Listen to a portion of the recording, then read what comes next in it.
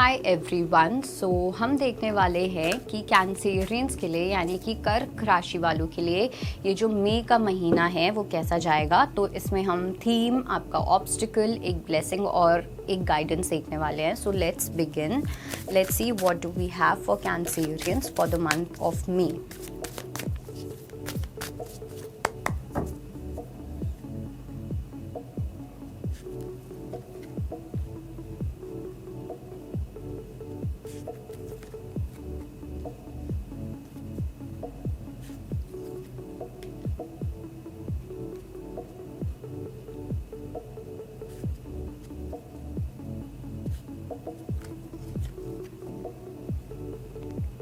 Okay, all right, थोड़े mixed messages मिल सकते हैं।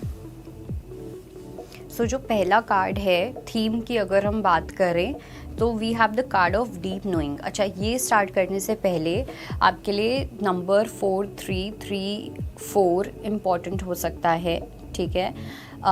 नंबर 7, नंबर 4, नंबर 1 और नंबर 9, ये चीज़ें इंपॉर्टेंट हो सकते हैं। अब या तो ये आपका बर्थ डेट है, या आप इस तारीख को देखोगे, या फिर आपका लाइफ पाथ नंबर है, कुछ भी हो सकता है। बेसिकली आपको ये नंबर्स बहुत ज़्यादा दिख रहे हैं, it can be anything, okay.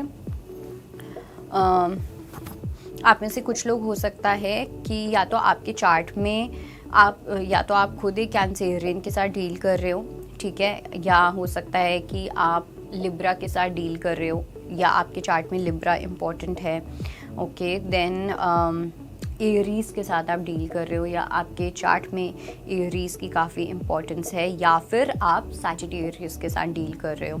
कुछ भी ऐसा हो सकता है, कुछ स्ट्रॉन्ग मैसेजेस जो मुझे यहाँ पे मिल रहे हैं। स्टार्टिंग विद द थीम के अंदर ये जो पूरा मई का जो मंथ रहेगा, आपको विजडम पे कैसे टैप करना है ये चीज़ आपको सीखनी है। काफ़ी लोगों के लिए एक बहुत ही स्ट्रॉन्ग स्पिरिचुअल जर्नी आपकी स्टार्ट होती हुई दिख रही है, जहाँ पे आपको बोला जा सकता है कि आपको और ज़्यादा मेडिटेशन में जाना है। आप अपने आप देखोगे कि आपका जो इंक्लिनेशन है वो हो सकता है मेडिटेशन की साइड पे बहुत ज़्यादा जाने लगे, ओके। एक स्पिरिचुअल कनेक्शन यूनिवर्स के साथ बनना स्टार्ट हो जाए, बिकॉज आई डू सेंस कि आपके सबकॉन्शियस में, और जो भी ये वीडियो देखेंगे, आपकी जो सोल है वो काफ़ी ओल्ड सोल है। तो आप ऑलरेडी इस जन्म में बहुत सारा विजडम लेके आ रहे हो पिछले जन्म से, ओके, लेकिन अभी वो आपकी मेमोरी में नहीं है।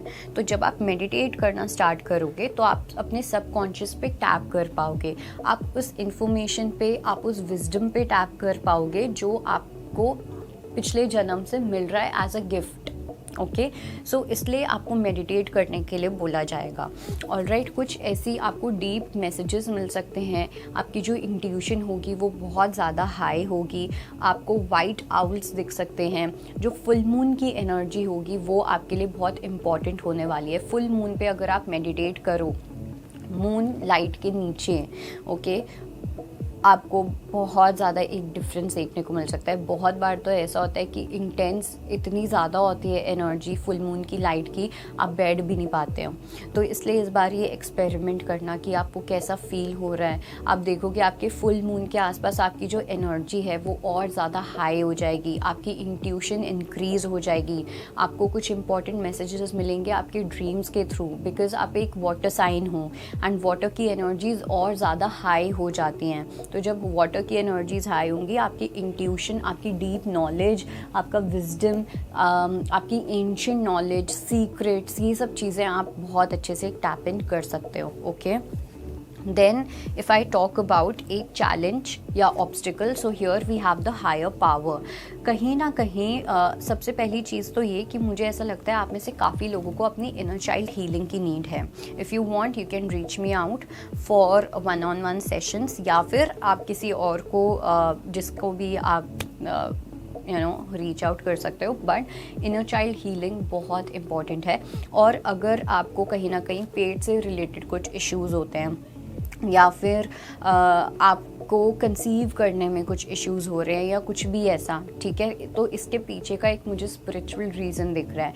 और वो जो रीज़न है वो ये है कि आपको अपने इनर चाइल्ड की हीलिंग करने की नीड है। इनर चाइल्ड की हीलिंग क्या होती है? बेसिकली हम सब के अंदर एक छोटा सा बेबी होता है, ओके, और वो जब हम उस बेबी को इग्नोर करने लग जाते हैं, उस छोटे से बच्चे को, उस चाइल्ड को जब हम इग्नोर करने लग जाते हैं, हम अपनी लाइफ को जीना छोड़ देते हैं। ओके, सो और दूसरा कि कुछ आपके पास्ट में जब आप एक छोटे बच्चे थे, कुछ ऐसी चीज़ें हुई हैं जो कहीं ना कहीं स्टक रह गई हैं, ओके, जिसकी वजह से आपकी जर्नी आगे बढ़ नहीं पा रही है। तो थोड़ा सा अपनी स्पिरिचुअल जर्नी में जब आप जाओगे तो आपको इन चीज़ों पे टैप करना पड़ेगा, आपको गाइडेंस दी जाएगी, आपको उस डायरेक्शन में पुश किया जाएगा कि आप अपनी इनर चाइल्ड हीलिंग करो। और अगर आपको और अच्छे से जानना है तो आप गूगल करो, आपको गूगल में बहुत अच्छे से इन्फॉर्मेशन मिल सकती है कि इनर चाइल्ड हीलिंग एग्जैक्टली क्या होती है, क्या नहीं होती है। और ये आपके लिए सबसे बड़ा चैलेंज हो सकता है, बिकॉज हो सकता है कि आप में से कुछ लोग इन चीज़ों पे बिलीव ही ना करो कि यार ऐसा भी कुछ होता है, नहीं मुझे नहीं लगता, ये सब पैसों के धंधे हैं, एट्सेट्रा एट्सेट्रा। बिकॉज मेरे पास एक क्लाइंट आई थी जिसको लगता था कि इनर चाइल्ड हीलिंग कुछ नहीं होती है, this is just a way of making money, but then when she got into therapy तब उनको पता चला कि एग्जैक्टली क्या है क्या नहीं। सो वैसे ही आपके लिए सबसे बड़ा चैलेंज होगा अपने इनर चाइल्ड के साथ कनेक्ट करना और इस जर्नी पे जाना, okay.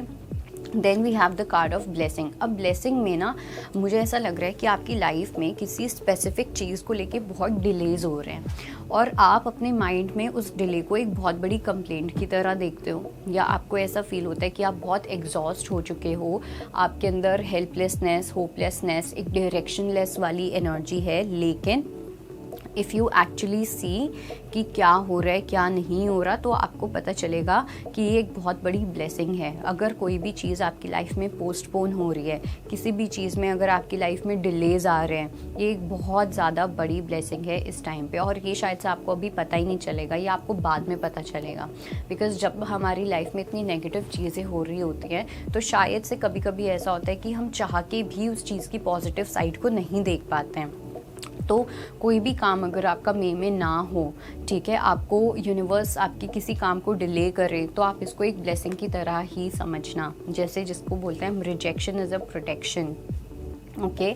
Then we have the card of guidance. अब गाइडेंस में we have the card time to go. मुझे ऐसा लगता है कि आपको एक न्यू जर्नी पे जाने को बोला जा रहा है, लेकिन आप उस जर्नी पे जाना नहीं जा रहे हो, ओके। एक लेजीनेस है, कहीं ना कहीं एक ऐसी सेंस ऑफ फीलिंग है कि आपको बहुत ज़्यादा काम करना पड़ेगा, आपको बहुत ज़्यादा वर्क करना पड़ेगा अपने ऊपर, उस पे, ये सब चीज़ें बहुत हैं। रास्ता बहुत लंबा है इस चीज़ का, इस प्रोसेस में बहुत टाइम लगेगा, एट्सेट्रा एट्सेट्रा। बट ये इतना लंबा है नहीं जितना आपको लग रहा है।